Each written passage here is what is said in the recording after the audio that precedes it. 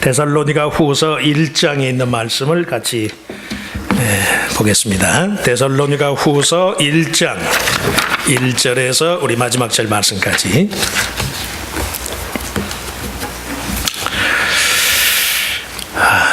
Scripture verses come from the first Thessalonians in the New Testament, chapter 1, verses 1 through 12.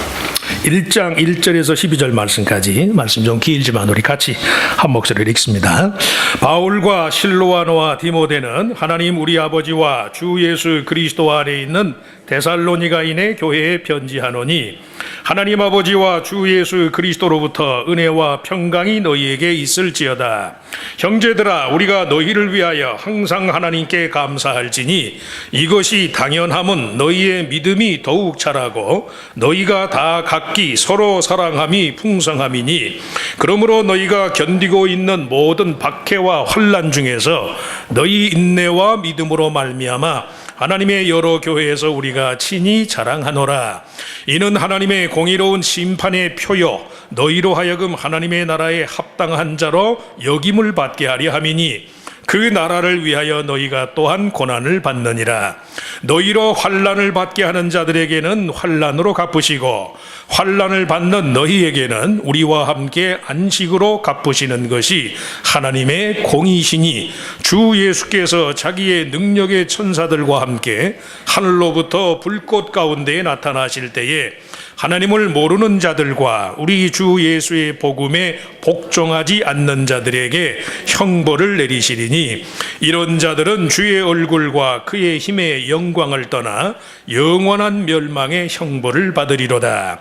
그날에 그가 강림하사 그의 성도들에게서 영광을 받으시고 모든 믿는 자들에게서 놀랍게 여김을 얻으시리니, 이는 우리의 증거가 너희에게 믿어졌습니다.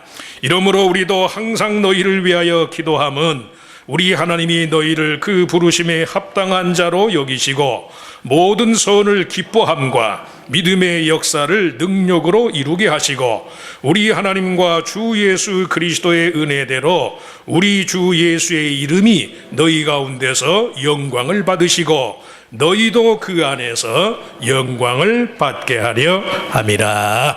아멘. 우리 찬양대에 특별 찬양이 있겠습니다.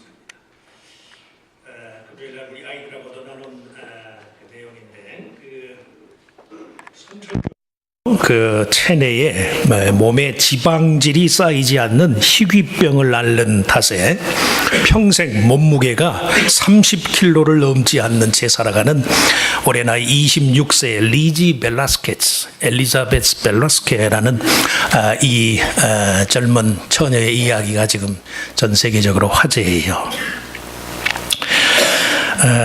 몸에 지방질이 쌓이질 않으니까 어떤 사람은 뭐 몸에 지방이 없었으면 좋겠다.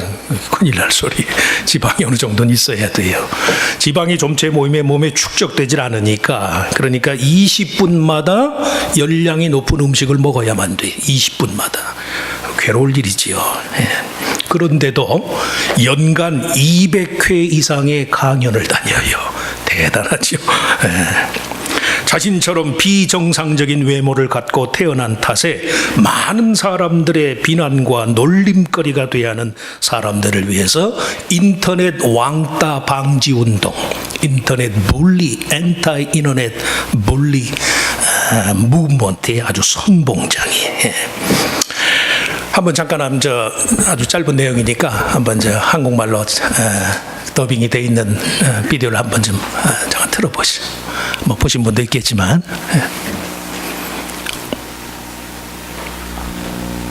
The average weight of a newborn is around 7 pounds 8 ounces. Yes, because my parents never saw me cry, ever. They never saw me upset. I didn't want them to see me upset because Why? they were never upset in front of me. They never made me feel like they had to pity me I see. because I had this syndrome. But as I said, I was raised very normally. So when I started kindergarten, I had absolutely no idea that I looked different. I was in high school, I saw a video, unfortunately, that somebody posted of me, labeling me the world's ugliest woman. There were 4 million views to this video, 8 seconds long, no sound, thousands of comments. People saying, Lizzie, please just do a world a favor, put a gun to your head and kill yourself. Am I going to let the people who called me a monster define me? Am I going to let the people who said kill it with fire define me? No.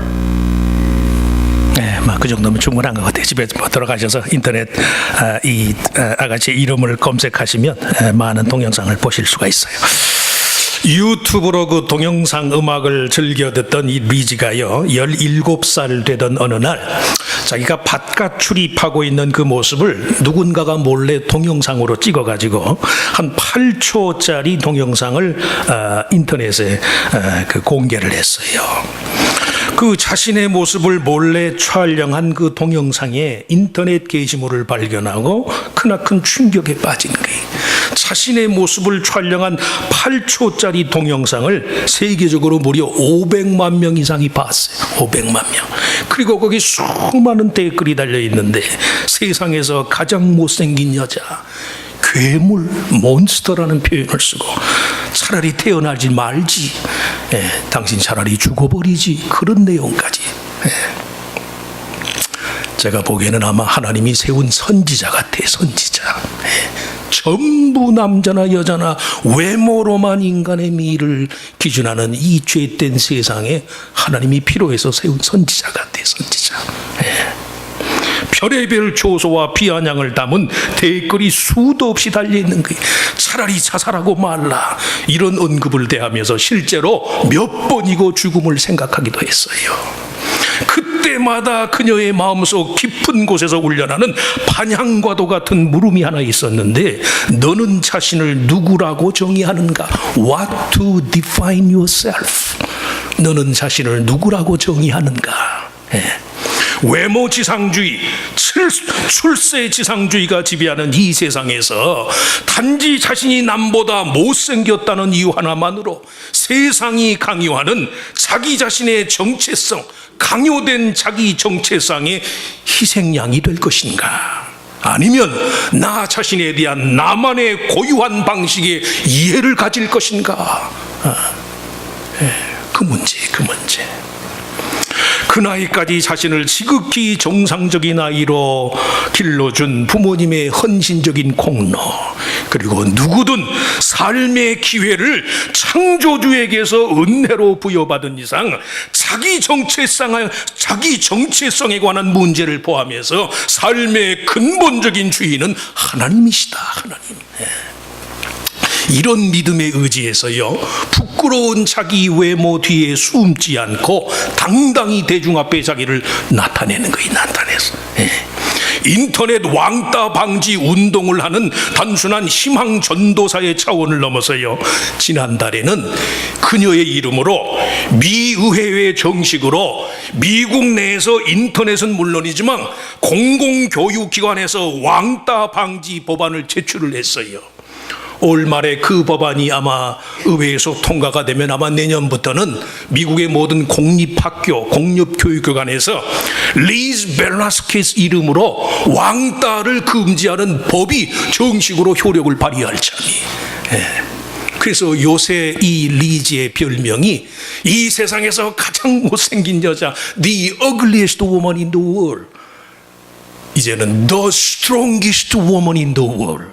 이 세상에서 가장 강한 여자 별명이 바꿨어요. 왜 이런 말씀을 드리느냐? 우리가 믿음으로 사는 게요, 결코 이와 다르지 않아요. 실제로 모든 종교성의 근본에는 자기 정체성에 관한 물음이 있어. 내가 누구인가? 내가 누구와 같아야 하는가? 내가 누구에게 속해야 하는가? 종교적인 진리나 깨달음이 효력을 갖기 위해서는요, 반드시 그 종교의 추종자가 자기가 믿는 신앙의 대상과의 일체감이 필요하단 말씀이. 일체감. 자기 동일시가 전제가 돼야 돼요. 내가 진리를 믿으면 그 진리와 내가 하나가 돼야 한단 말씀이에요. 그래야 거짓과 비진리를 이길 수가 있어요. 이길 수가. 그런 종교적 자기 정체성에는 최소한 세 가지 요건이 필요해. 첫째, 신적인 은총의 세계에 속한 자로서의 자기 자신에 대한 발견이 필요해요. 우리가 아는 것처럼 은총이라는 것은 기본적으로 내가 경험하는 바가 다가 아니고 내 삶의 본질적인 것은 오직 절대자의 호의, 하나님의 은총의 영역에 속한 것임을 믿는 일이. 우리가 무조건적인 용서를 경험하는 일을 포함해서 초월자와의 신비적인 합일의 경험이 되었건 간에 모든 형태의 종교적인 초월에는 반드시 은혜가 포함되어 있어요. 은혜가. 내가 예수 그리스도 안에서 하나님의 은혜를 받은 자입니다. 하나님이 세상을 이처럼 사랑하사 독생자를 주셔서 누구든 저를 믿는 자마다 멸망치 않고 영생을 얻게 됐습니다. 이 은혜가 내게 주어졌습니다. 내가 은혜의 영역에 속한 자라는 사실을 발견해야 돼요.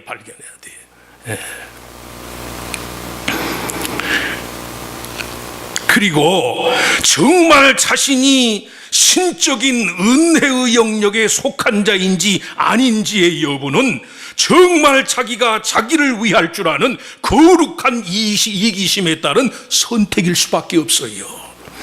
하나님의 은총의 대상으로서의 자기 자신에 대한 평가까지도 객관적이고 현실적으로 하는 사람들은요, 지극히 어리석고 무지한 사람. 거룩한 욕심을 부리시길 축원합니다. 세상이 뭐라고 그래도 하나님이 나에게 은혜를 주셨습니다. 나는 하나님의 은혜를 받은 자입니다. 하나님이 나를 사랑하십니다.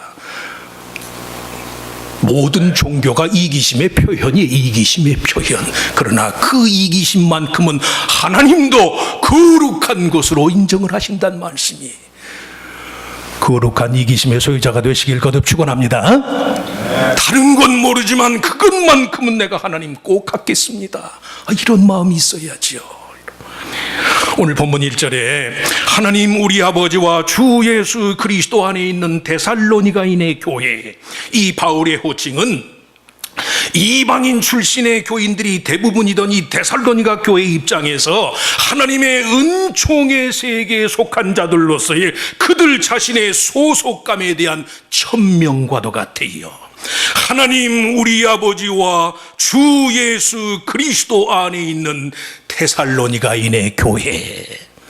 말을 바꿔서 한번 해보실까? 하나님 우리 아버지와 주 예수 그리스도 안에 있는 오클라호마 시티 제일 한인 나사렛 교회.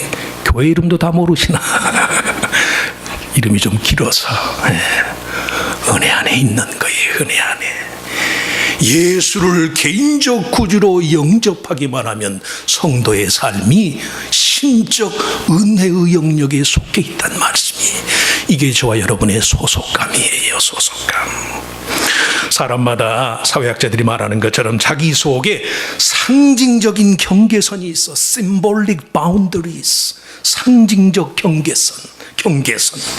이게 나와 너 또는 우리와 그들식의 구분을 해요. 어느 쪽을 우월한 것으로 정할런지의 여부에 따라서 스스로 열등한 개인이 되기도 하고 열등한 집단이 되기도 해요. 그 반대도 사실이고, 은혜란 그러기 때문에 내 마음의 경계를 언제든지 하나님 편에서 정하도록 해주는 거예요. 하나님 편에서. 나는 하나님의 나라에 속한 자입니다. 나는 하나님의 경계 안에 속한 자입니다. 하나님의 은총의 수혜자로서의 마음가짐을 갖고 나와 너 혹은 우리와 그들을 대하기 때문에 경계는 있지만 차별이나 무시는 없어요. 다른 사람을 대하는 것이 경쟁과 타도의 대상이 아니, 연민과 긍휼의 대상일 뿐이. 누가 내 삶의 경계가 되시니까? 하나님이 내 삶의 경계가 되시니까. 전에 내 삶을 내 마음대로 정할 때는, 내 삶의 경계를 내 방식대로 정할 때는요, 다른 사람이 다 경쟁의 대상이라니까요. 저 사람 가지고 내가 빼앗지 않으면 내가 못 갖는다는 그런 생각이, 하나님이 내 삶의 경계가 되어주시면 다 들어와요. 다. 그러실 수 있길 바랍니다. 원의 중심을 내가 아니라 콤파스로 원을 그리는데 나를 그 원에다 중심에다 두려고 하니까 그 원 안에 들어올 수 있는 사람이 몇 안 돼. 그걸 내가 아니라 다른 사람 위주로, 하나님 위주로 하면요, 그 원 안에 수도 없이 많은 사람이 들어와요. 다 불쌍하고 다 긍휼히 여기고 다 사랑할 만하고 다 용서할 만하고. 하나님이 그 삶의 경계가 되는 삶을 사는 자의 특권이에요. 특권. 이민하는 사람들을 바운더리 시츄에이션, 경계선상의 사람들, 이민자들 그렇게 불러요. 이것도 아니고 저것도 아니고 애매한 입장. 애매하니까 더 좋지. 왜? 양쪽을 다 보니까. 믿으시면 아멘. 아멘. 남자들이 좀 그렇게 해줘야지 좀. 양쪽을 다 보잖아요. 양쪽을. 미국 사니까 뉴스를 봐도 한국 뉴스만 안 본다니까. 미국 뉴스를 보니까요, 뉴스의 폭이 넓어요.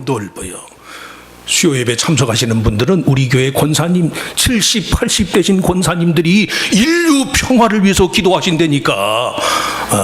아이시스, 이 인류 평화를 위협하는 세력을 하나님이 제압해 주시옵소서. 그게 실제로 수요일날 기도 제목이에요. 오클라호마 비원방에 살지만 성도의 기도의 경계가 세계를 품을 정도로 넓게 사는 거예요. 왜? 하나님이 내 삶의 경계가 되시니까. 내가 하나님의 은혜의 세계에서 살고 있으니까 얼마든 가능해요. 얼마든. 종교적 차원에 그러기 때문에 자기 통일시 효과를 위한 두 번째 요소는요, 자기 자신에 대한 정직함이에요. 정직함. 데살로니가 교인들이 경험한 이 박해와 환난이 어느 정도였는지, 무엇 때문이었는지는 분명하지 않아요. 그러나 최소한 바울 사도의 권고에 따르면 그것이 그들로 하여금 그 박해와 시련이 하나님 나라에 합당한 자로 여김을 받도록 하기 위함이었다. 그 나라를 위한 취지하에 치러야 할 대가와 같은 그런 것이었단 말씀이에요. 테살로니가 지역을 포함해서 로마가 지배하는 모든 나라에 살던 사람들이 전부 로마의 군대 문화, 정복자들의 문화에 강요를 받는 그런 현실 상황 속에서 그리스도인들이 어느 정도의 박해는 필연적이었겠지만 문제는 그런 상황 자체를 하나님의 공의로운 심판의 표와 같은 것으로 여길 수 있겠는가? 오늘 5절 말씀에 이는 하나님의 공의로운 심판의 표니, 심판의 은혜의 가치를 바로 알 때는요 가능해요. 신적인 은혜의 주도권을, 내 삶을 향한 하나님의 은혜의 주도권을 내가 모르고 인정하지 않으니까 어지간한 환난과 시련 앞에서 성도가 불평하는 거예요. 불평. 그러나 어차피 내 삶이 하나님이 시작하시고 하나님이 끝맺으실 것을 믿으면요 그 과정 내내 약간의 어려움과 시련과 환난이 있더라도 이것은 하나님의 의로우심의 증거입니다. 다른 사람 원망하고 탓하기 전에 하나라도, 한 가지라도 나를 하나님 앞에 새롭게 한다는 말씀이, 하나님의 은혜 하에서 자기 자신에 대해서 정직하시기를 축원합니다. 불평하는 사람은 정직한 사람 아니에요. 왜?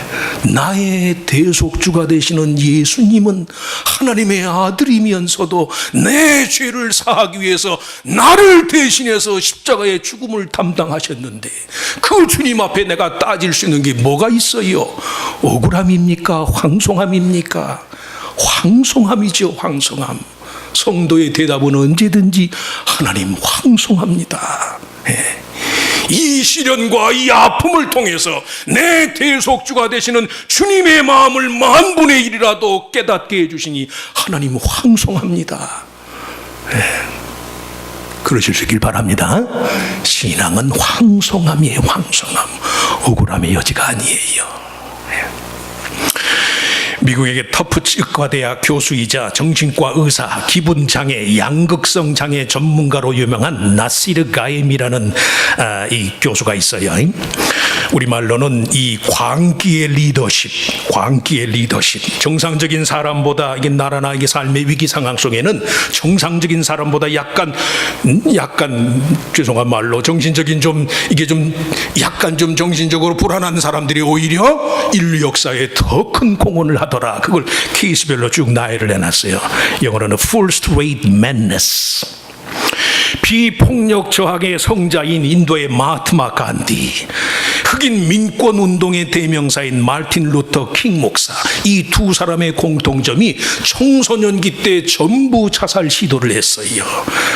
마하트마 간디는 세 번씩이나 자살하려고 그래요. 얼마나 힘들든지. 마틴 루터 킹 목사도 자선해져 보면 여러 번 죽을 고비를 넘겨요. 뭐 다른 사람의 위협 때문이 아니라 자기 속에서 자기 분열로. 그런데 간디는 청소년기와 40대 중반 인생 말년 세 차례, 킹 목사는 청소년기와 말년에 우울증이 발병을 했는데, 근데 이 두 사람의 특징이 뭐냐면 이 우울증을 통해서 타인의 고통을 본 거예요. 타인의 고통. 나도 이렇게 힘든데 그 사람은 얼마나 힘들까, 이걸 생각한 거예요. 이걸. 간디는 타고난 수줍음을 침묵과 비폭력적인 저항의 정신으로 바꿨고, 킹 목사 역시 간디의 정신을 이어받아서 육체적으로는 비공격적이지만 정신적으로 공격적인 흑인 민권 운동에 불을 지폈단 말이에요. 이 두 사람의 공통점이 전부요 우울증을 타인에 대한 배려로 바꾼 거예요. 나의 연약함, 내 속에 있는 절망감, 내 속에 있는 우울한 마음 때문에 다른 사람을 원망하고 하나님을 탓하는 것이 아니라 자기 속에 있는 절망 속에서요 자기보다 더 못한 사람의 처지를 이해하게 됐더라는 말씀이에요. 그러니 하나님이 그 우울하고 멘탈이 온전치 못한 자들을요 인류 역사의 선봉장으로 하나님이 쓰시더란 말씀이 다 그래요. 다.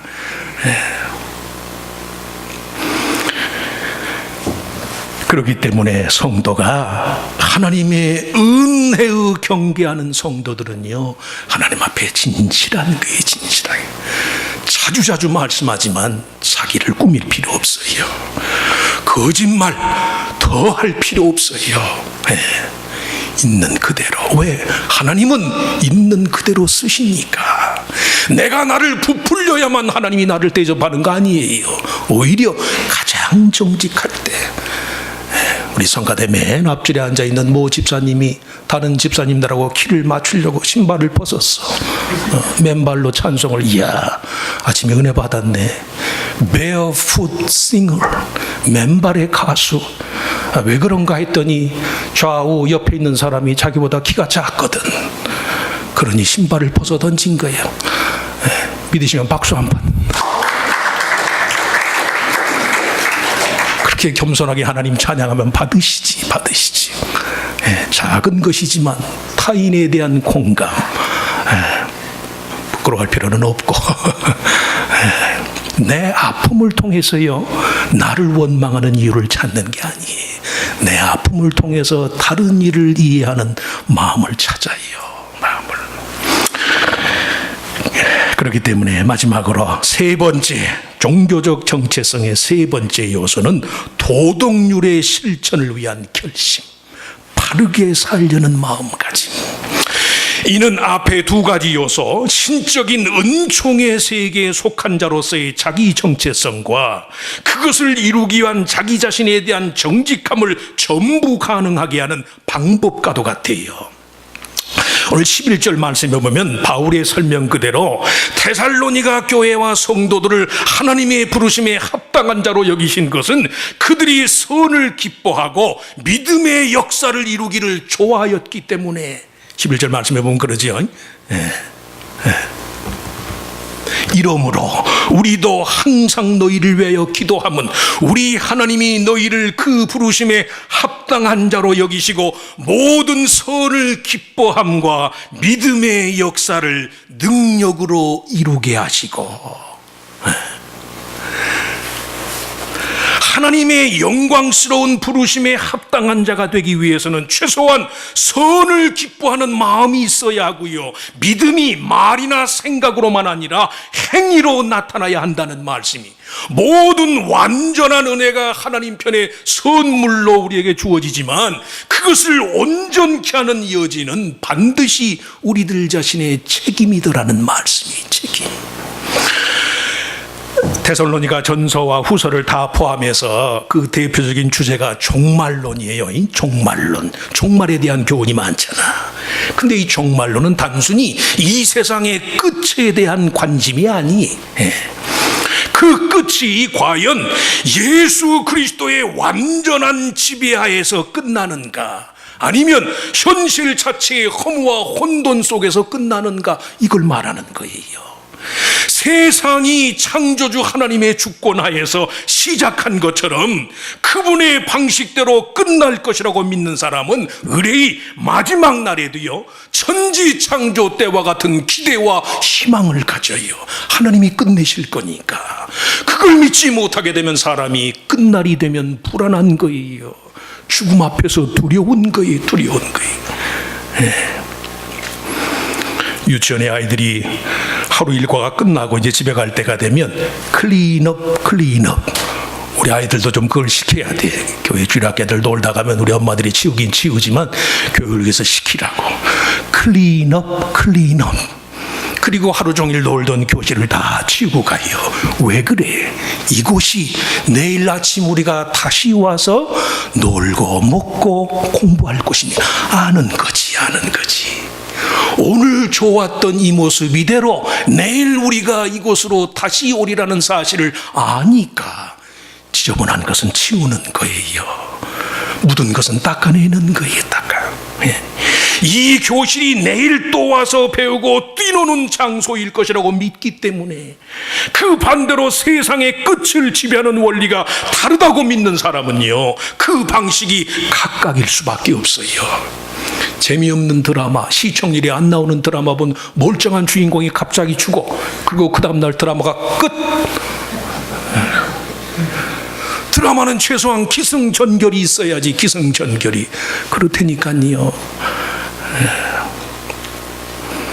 오늘 본문 11절 12절 말씀, 11절 12절의 기승전결을 보면 첫째, 하나님의 부르심과 선택이 있어요.